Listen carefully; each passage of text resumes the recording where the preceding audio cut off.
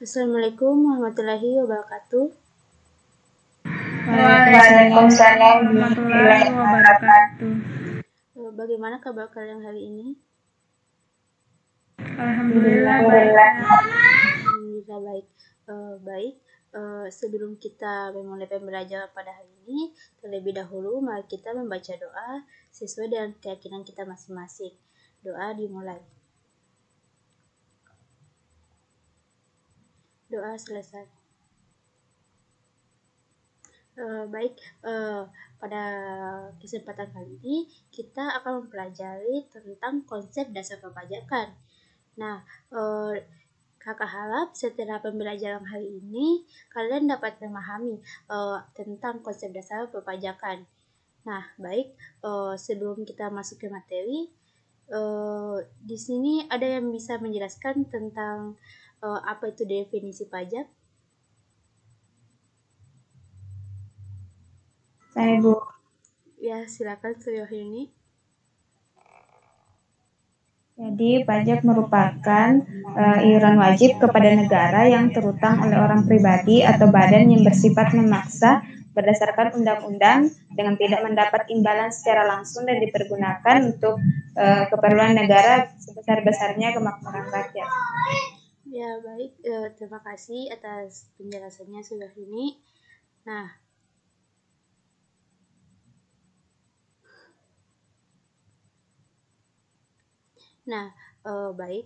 Next.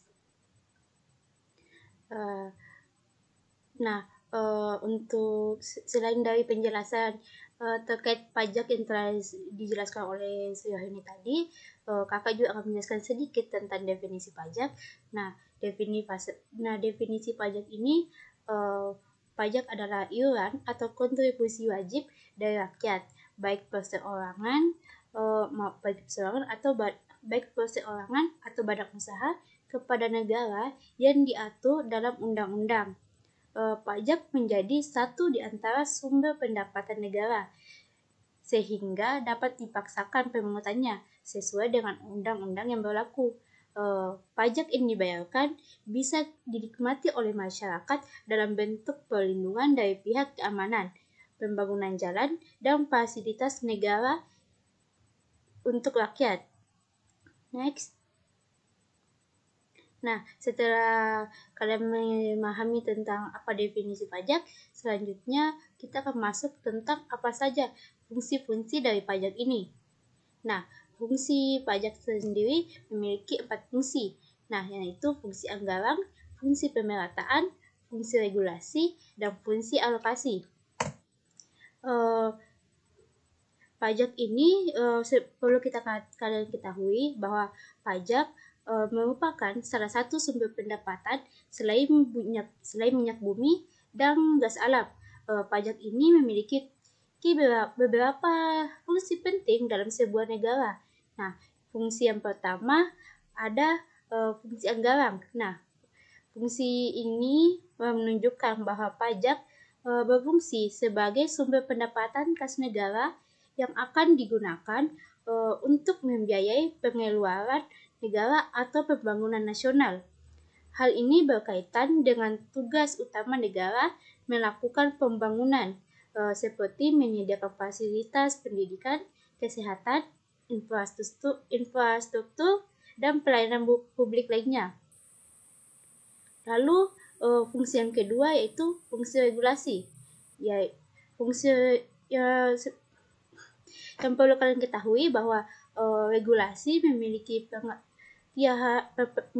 pengertian sebagai peraturan yang dibuat untuk membantu mengendalikan suatu kelompok, lembaga atau organisasi dan masyarakat demi mencapai tujuan tertentu dalam kehidupan bermasyarakat.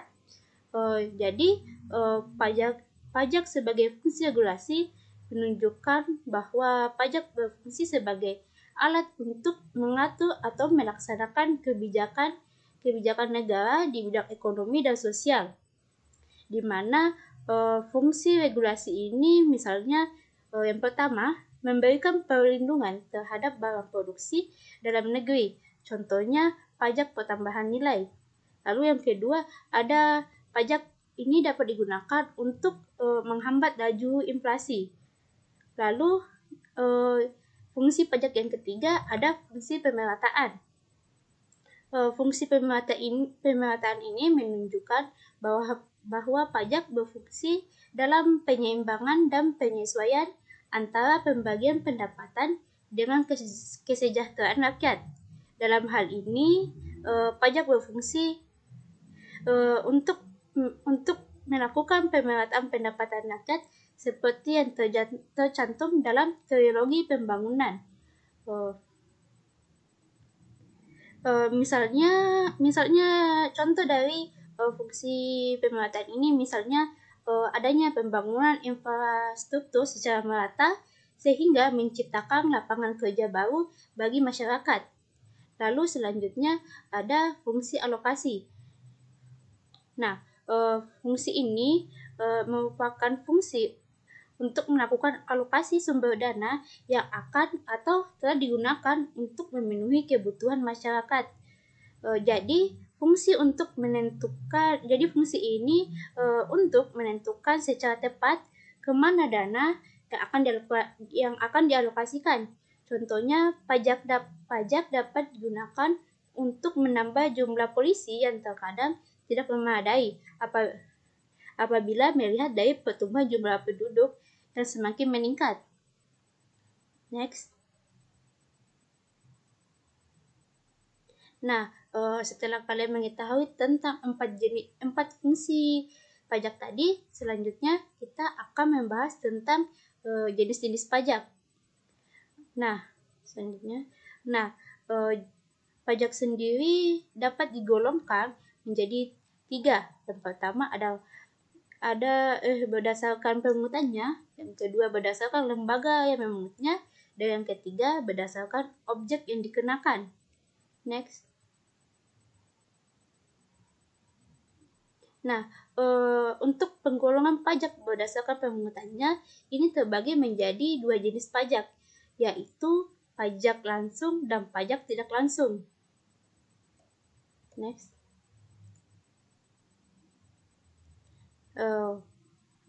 Pajak langsung ini merupakan pajak yang harus ditanggung oleh wajib pajak sendiri dan tidak boleh dibebankan ke orang lain.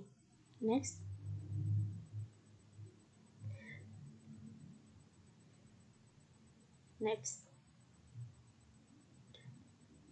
Nah, contoh dari pajak langsung ini adalah misalnya adalah pajak penghasilan, pajak kekayaan, pajak perseroan, pajak dividen, dan pajak bunga deposito. Untuk mengenali apakah itu merupakan pajak langsung, kita dapat melihatnya dengan 3 unsur. Yang pertama, penanggung jawab pajak, yaitu orang yang secara formal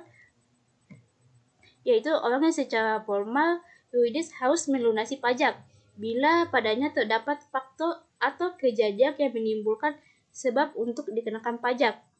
Unsur yang ketiga yaitu penanggung pajak, yaitu orang dalam yang faktanya memikul beban pajak. Dan yang ketiga yaitu pemikul beban pajak. Nah, selanjutnya untuk berdasarkan pemungutannya terdapat juga pajak tidak langsung. Nah, pajak tidak langsung ini merupakan kebalikan dari pajak langsung. Nah, jika pajak langsung tidak boleh dilimpahkan kepada orang lain, maka pajak langsung dapat dialihkan kepada orang lain. Nah, contoh dari pajak tidak langsung ini adalah pajak penjualan, biaya masuk, biaya materai, cukai, biaya balik nama, dan pajak pertambahan nilai, atau disebut juga dengan PPN. Next.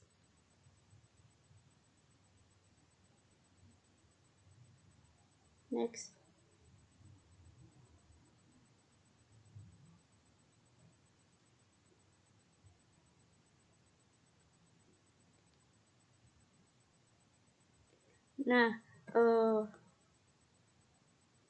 setelah kita menjelaskan tentang penggolongan pajak berdasarkan cara pemungutannya. Selanjutnya ada penggolongan pajak berdasarkan lembaga yang memungutnya. Nah, untuk berdasarkan lembaga pemungutannya terbagi menjadi dua, yaitu pajak negara dan pajak daerah.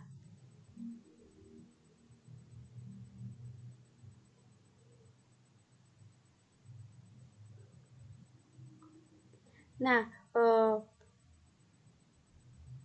pajak negara ini merupakan pajak yang dipungut oleh pemerintah melalui aparat negara, yaitu Direktorat Jenderal Pajak, Direktorat Jenderal Bea dan Cukai, ataupun kantor inspeksi pajak yang tersebar di seluruh Indonesia. Contohnya pajak penghasilan, pajak pertambahan nilai, pajak penjualan barang mewah, pajak bumi dan bangunan. Lalu ada bea materai. Kemudian ada pajak daerah. Nah, pajak daerah merupakan pajak yang dipungut oleh pemerintah daerah yang memiliki kewajiban pajaknya hanya terbatas pada rakyat daerah tersebut. Nah, untuk contohnya sendiri, misalnya untuk pajak provinsi, misalnya pajak kendaraan bermotor dan pajak bahan bakar. Dan untuk pajak kabupaten, contohnya pajak hotel atau pajak restoran. Next. Selanjutnya, setelah kita membahas tentang pengelompokan pajak berdasarkan cara pemungutannya dan berdasarkan lembaga yang memungutnya, selanjutnya ada pengelompokan pajak berdasarkan objek yang dikenakan.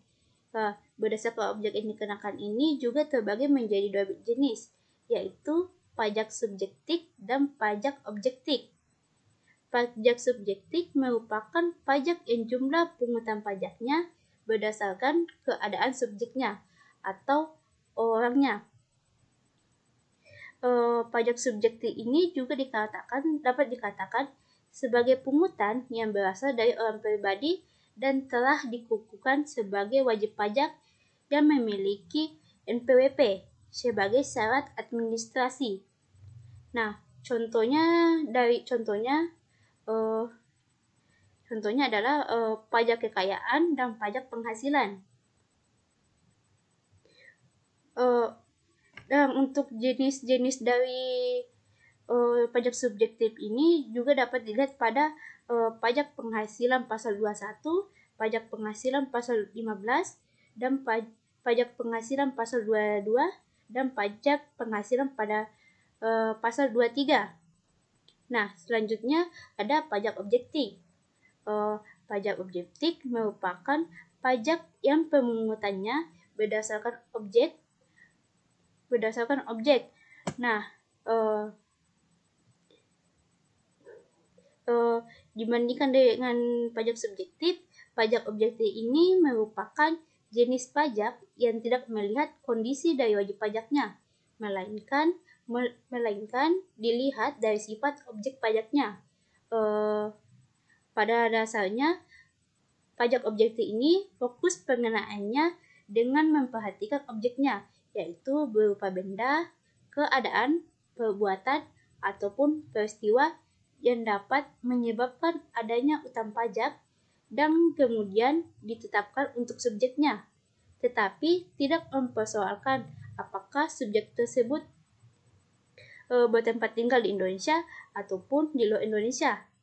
Nah, contoh dari pajak objektif adalah bea materai, bea masuk, pajak kekayaan, pajak impor, pajak bumi dan bangunan, pajak kendaraan bermotor, dan lain sebagainya. Nah, itulah tadi ketiga pengelompokan pajak. Nah, yang berdasarkan cara pemungutannya, berdasarkan lembaga yang memungutnya, dan berdasarkan objek yang dikenakan. Selanjutnya, kita akan membahas tentang syarat pemungutan pajak. Nah, syarat pemungutan pajak terdiri dari 5 syarat. Nah, syarat yang pertama yaitu syarat keadilan. di mana dalam pemungutan pajak harus berlandaskan keadilan, baik dalam peraturan perundang-undangan maupun dalam pelaksanaan pemungutan pajak. Landasan keadilan ini merupakan syarat yang harus dipenuhi untuk mencapai keadilan bagi masyarakat. Contoh adil yang dimaksud, misalnya setiap warga negara yang memenuhi syarat sebagai wajib pajak wajib menyetorkan pajaknya. Yang kedua adalah terdapat sanksi apabila terdapat wajib pajak yang melakukan pelanggaran pajak atau menolak untuk melakukan pembayaran terhadap pajak. Next, selanjutnya syarat yuridis. Nah, ini berarti pemungutan pajak selalu didasarkan pada undang-undang yang berlaku, di mana dengan adanya pengaturan dalam bentuk undang-undang, pemerintah dapat memberikan jaminan hukum bagi terlaksananya aktivitas pemungutan pajak. Selanjutnya, terdapat selanjutnya syarat ekonomis, yaitu pemungutan pajak tidak boleh mengganggu aktivitas perekonomian yang dapat mengakibatkan kelesuan perekonomian nasional. Contohnya, pemungutan pajak tidak boleh mengganggu aktivitas produksi ataupun perdagangan yang sedang berlangsung. Next, selanjutnya ada syarat finansial. Nah, syarat finansial ini berarti bahwa pemungutan pajak harus dilakukan dengan efisien dan efektif sehingga diperoleh hasil yang maksimal. Dalam syarat ini, biaya pemungutan pajak harus lebih kecil daripada pemasukan pajak yang diterima kas negara. Selanjutnya, syarat sederhana, di mana dalam sistem pemungutan pajak harus sederhana dan mudah dimengerti oleh wajib pajak. Sistem pemungutan pajak yang sederhana akan membantu wajib pajak dalam melaporkan pajak mereka dan mendorong masyarakat memenuhi kewajiban perpajakan. Dengan demikian, pemasukan negara dari pajak akan semakin meningkat. Nah, itu tadi terkait syarat pemungutan pajak. Selanjutnya, kita masuk ke pembahasan terakhir, yaitu kedudukan hukum pajak. Nah, kedudukan hukum pajak yang berlaku di Indonesia yaitu terbagi menjadi dua, yaitu hukum perdata dan hukum publik. Next. Nah, hukum pajak yang ada di Indonesia ini merupakan bagian dari hukum publik. Hukum pajak yang ada di Indonesia juga menganut paham imperatif, artinya pelaksanaan pemungutan pajak tidak dapat ditunda. Nah, seperti yang telah kalian lihat pada tampilan layar yang telah dibagikan, bahwa terdapat dua kedudukan hukum perpajakan, yaitu hukum perdata dan hukum publik. Di mana hukum perdata adalah hukum yang mengatur hubungan antara satu individu dengan individu lainnya. Sedangkan hukum publik adalah hukum yang mengatur hubungan antara pemerintah dengan rakyatnya, misalnya antara lain terdiri dari hukum tata negara, hukum tata usaha negara, hukum pajak, dan hukum pidana. Nah, berdasarkan dua poin hukum kedudukan pajak tadi, dapat diketahui bahwa kedudukan hukum pajak merupakan bagian dari hukum publik, di mana hukum pajak ini mengatur hubungan antara pemerintah sebagai selaku pemungut pajak dan rakyat sebagai wajib pajak. Dengan kata lain, hukum pajak menerangkan mengenai siapa wajib pajak dan apa kewajiban mereka terhadap pemerintah, hak-hak pemerintah, objek apa saja yang dikenakan pajak, cara penagihan, cara pengajuan keberatan, dan sebagainya.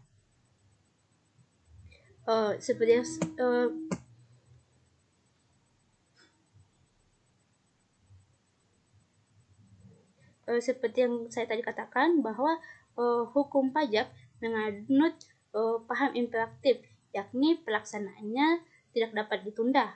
Misalnya dalam hal pengajuan keberatan, sebelum ada keputusan dari Direktur Jenderal Pajak bahwa keberatan tersebut diterima, maka wajib pajak yang mengajukan keberatan terlebih dahulu membayar pajak sesuai dengan yang telah ditetapkan. Baik, cukup sampai di situ yang dapat saya jelaskan. Sebelum saya mengakhiri pembelajaran pada pertemuan kita pada kali ini, apakah ada yang ingin bertanya?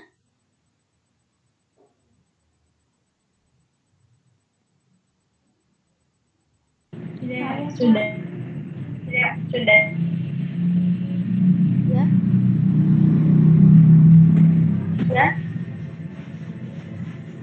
Pertanyaannya yaitu, jika salah satu manfaat pajak digunakan untuk mendanai biaya pembangunan fasilitas masyarakat, lantas mengapa pajak memiliki sifat memaksa jika masyarakat merasa keberatan untuk membayar pajak? Terima kasih, Kak. Baik, atas pertanyaannya, terima kasih Sapriani.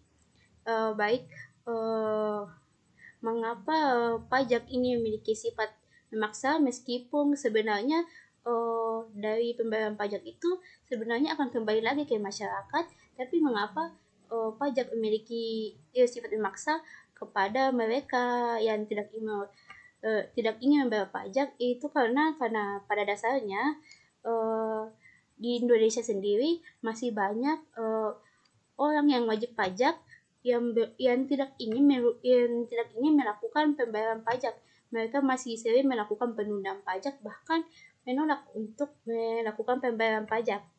Jadi seperti yang kita ketahui bahwa pada dasarnya masih banyak yang belum rela untuk melakukan pembayaran pajak.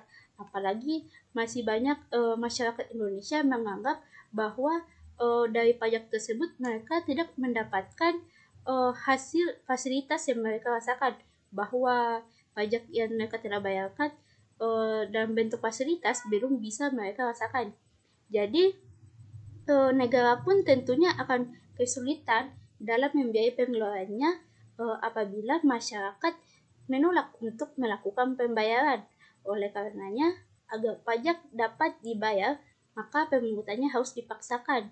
Karena jika pajak ini tidak dipaksakan, maka orang-orang yang melakukan pembayaran tentunya akan ikut menolak membayar juga jika orang yang menolak pajak ini dibiarkan oleh pemerintah. Jadi pemerintah melakukan pemungutan pajak secara paksa agar seluruh masyarakat di Indonesia mengikuti peraturan untuk membayar pajak yang telah ditentukan.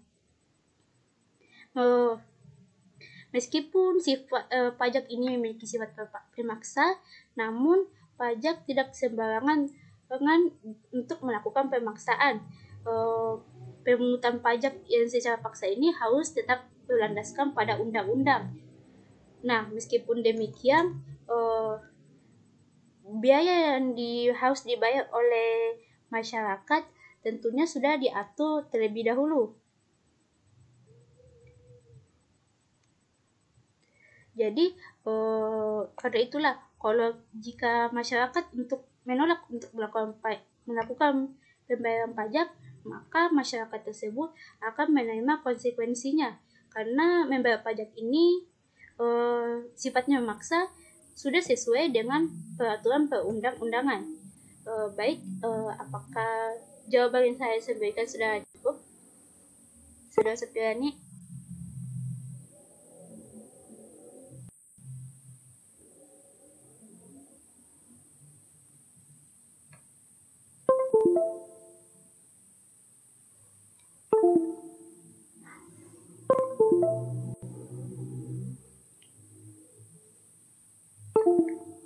Hempus.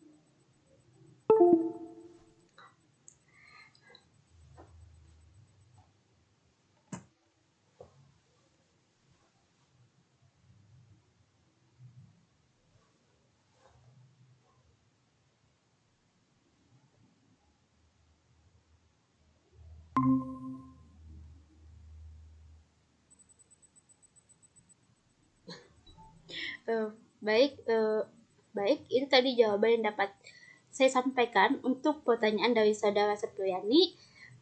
Untuk selanjutnya, untuk adik-adik sekalian, saya telah mengirimkan tugas pada aplikasi Classroom. Adik-adik sekalian sudah mulai bisa mengaksesnya, dan untuk pengumpulannya tolong diperhatikan baik-baik. Kumpulkan sebelum tenggat waktu yang diberikan. Baik, cukup sekian. Assalamualaikum warahmatullahi wabarakatuh. Waalaikumsalam warahmatullahi wabarakatuh.